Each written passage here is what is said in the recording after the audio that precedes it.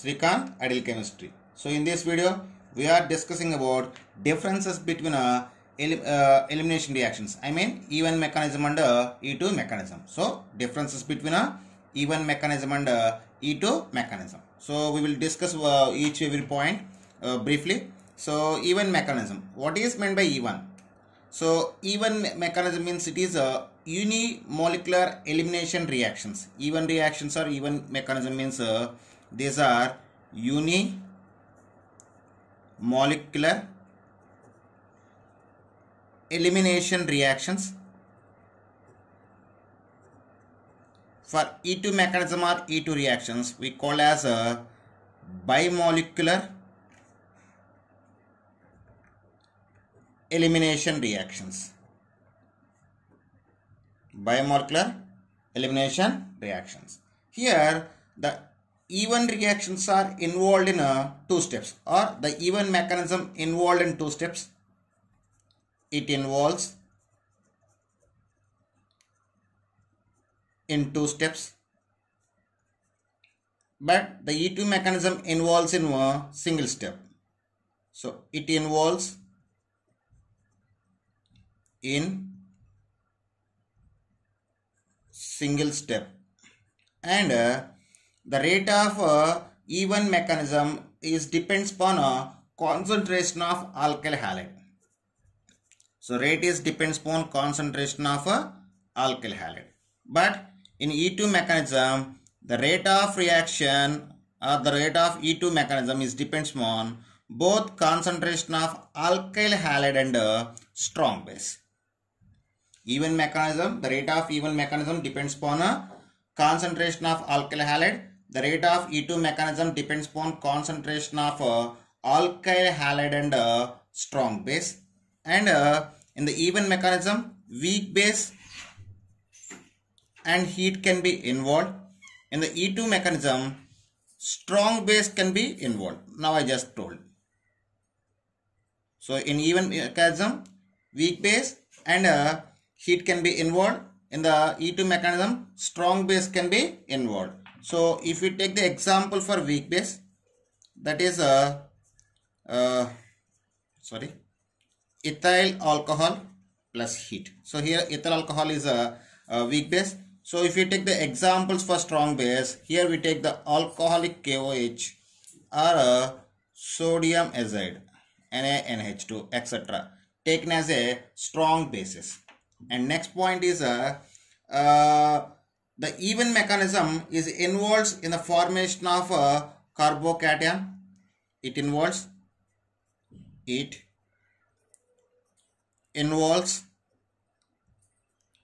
the formation of a carbocation, and E2 mechanism involves in the formation of transition state. It involves in the formation of transition state. So now we just see a look on the mechanism or steps involved the E1 mechanism. So if you observe the E1 mechanism, so E1 mechanism is involved in two steps. In the first step, carbocation is formed. In the second step, base will be attacking on the carbocation. So if you see the mechanism, step 1, it involves in two steps. If you see the step 1, so this is an alkyl halide. So when this alkyl halide involved in the first step, the halogen can be removed in the form of halide. Then we get the carbocation. So this is step 1. So we get the carbocation. This is the step 1. In the step 2, a base attacking on this carbocation to form the alkene.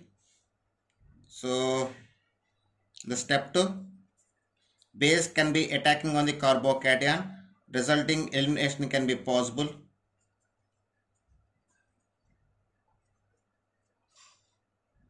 So base will be attacking on this carbocation. In that time, these base can share the lone pair to this hydrogen. In that time, these pi electrons, sigma electrons are shifting as a pi electrons, resulting resulting elimination can be possible.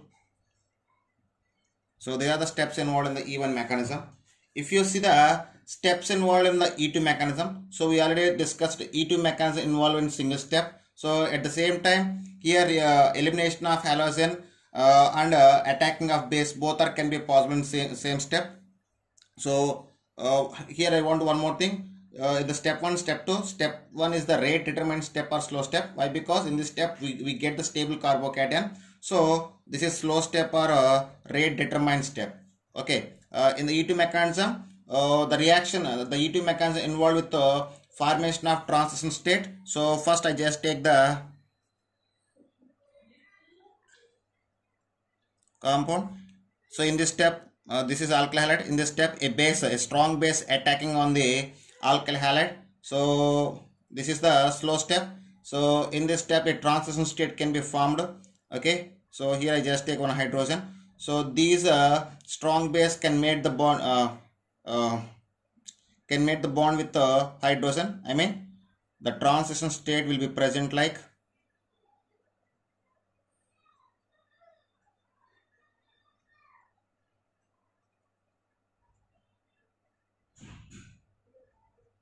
So in the transition state, a bond can be developed between hydrogen base, and a bond can be need to lose from between carbon and halogen. So after transition state, so this is the first step. In the first step, so these hydrogen can be passing away with the base, and in that time these sigma electrons are shifting as a pi electrons. At this time, the X passing away in the form of halide ion. So resulting we get the structure like elimination can be possible. An alkene can be formed, and a base and halide ion can be formed. So this is the mechanism involved in the E2 mechanism, and this is involved in the E1 mechanism. And here I want to say one more point. In the E1 mechanism, rearrangement and ring expansion can be possible. In the E1 mechanism, rearrangement and ring expansion involved. So for E2 mechanism, no rearrangement and ring expansion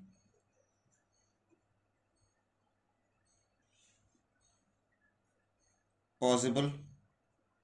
No rearrangement and ring expansion can be possible. Okay, these are the main differences between even mechanism and E2 mechanism. And here I want to say one more point. In the even mechanism, involved in the dehydration of alcohol, and E2 mechanism involved in the dehydration of alkyl halide. Even mechanism is involved in a dehydration of alcohols, and E2 mechanism involved in a dehydration of alkyl halides. In both cases, the dehydration of alcohols and dehydration of alkyl halides is higher in tertiary. The dehydration of alcohols is higher in tertiary more than secondary after primary. At the same time, dehydration of alkyl halides involved in the order of degree, tertiary more than secondary, secondary more than primary. So here we will discuss some examples. So I just give one example for dehydration of alcohol. So here I just take one compound, that is, so here OH is present. So it is react with the concentrated H2SO4 on strong heating. So for even mechanism, both weak base and heat must be involved. So in that when it is react with the concentrated H2SO4, in that time, see the OH in the H2SO4 we have the H plus ion and OH plus ion are present. So in that time, the H plus ion combined with OH and passing away in the form of water, and it can form the secondary carbocation. So after this secondary carbocation is attacked by the hydrogen sulfide ion, and it can form the elimination can be possible, and it can form the alkene. So on this reaction we get the three products like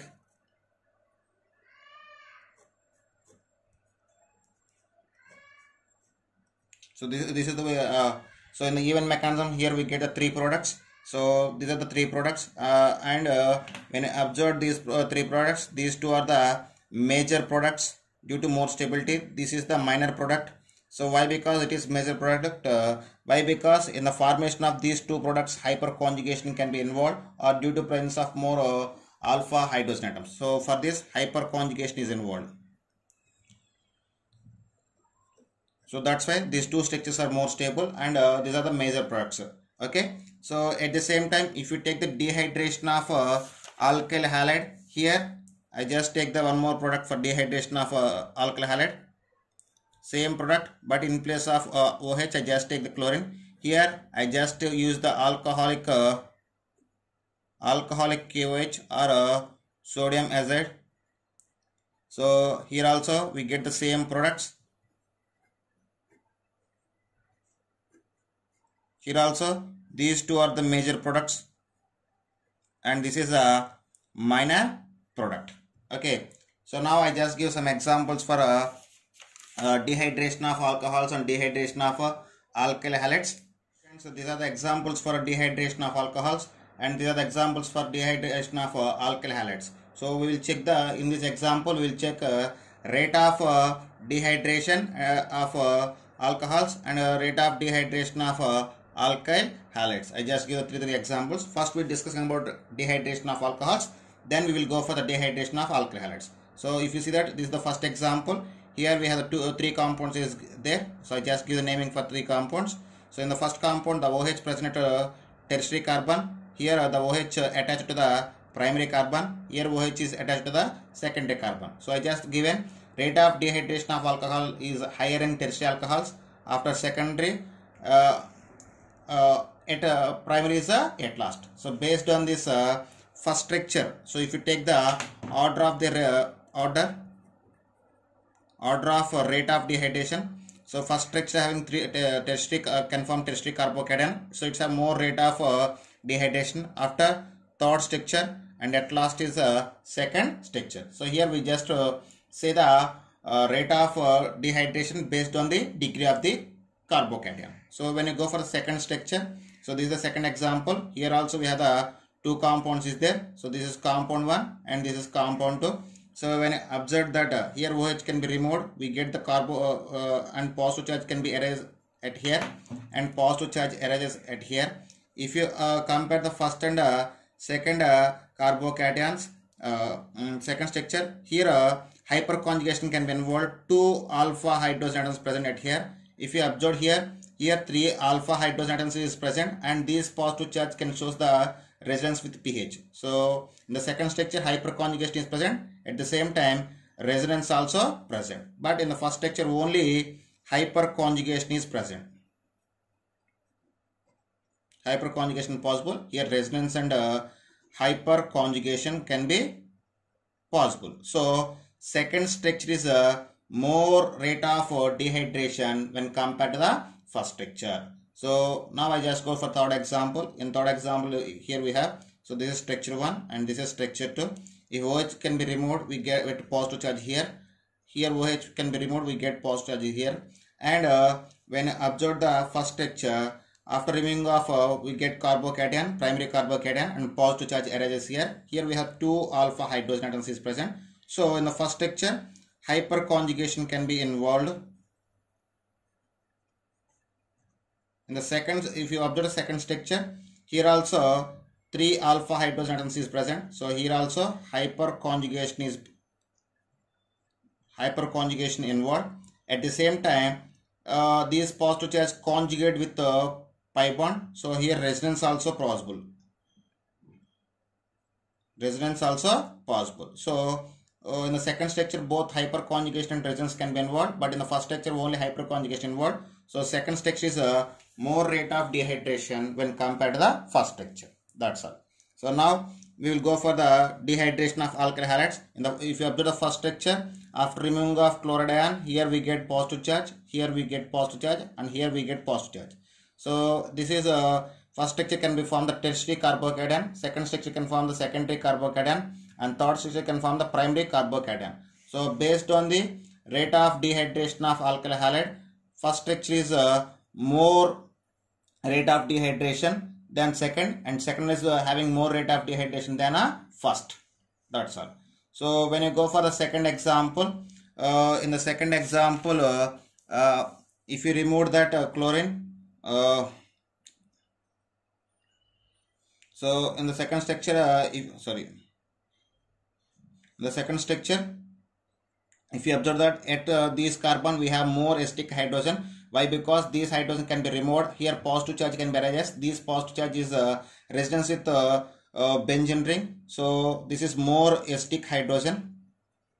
So more acidic hydrogen when compared. Due to presence of more acidic hydrogen, the first structure having a more rate of dehydration when compared to the second structure. And when come to the third example, here if you observe that at this position we have one hydrogen. So here two structures is there, structure 1 and structure 2. So when compare the both structures, first structure is more rate of dehydration when compared to the second structure. Why? Because at this position what we have the hydrogen. So this is a more acidic hydrogen. So when this hydrogen can be removed, positive charge can be erased. This positive charge conjugate with pi electrons. That's why the first structure is more rate of dehydration when compared to the second structure. So this is about the E1 and E2 mechanism. Okay students, if you like my concept, please subscribe to my channel. Please like and share my videos. Thank you.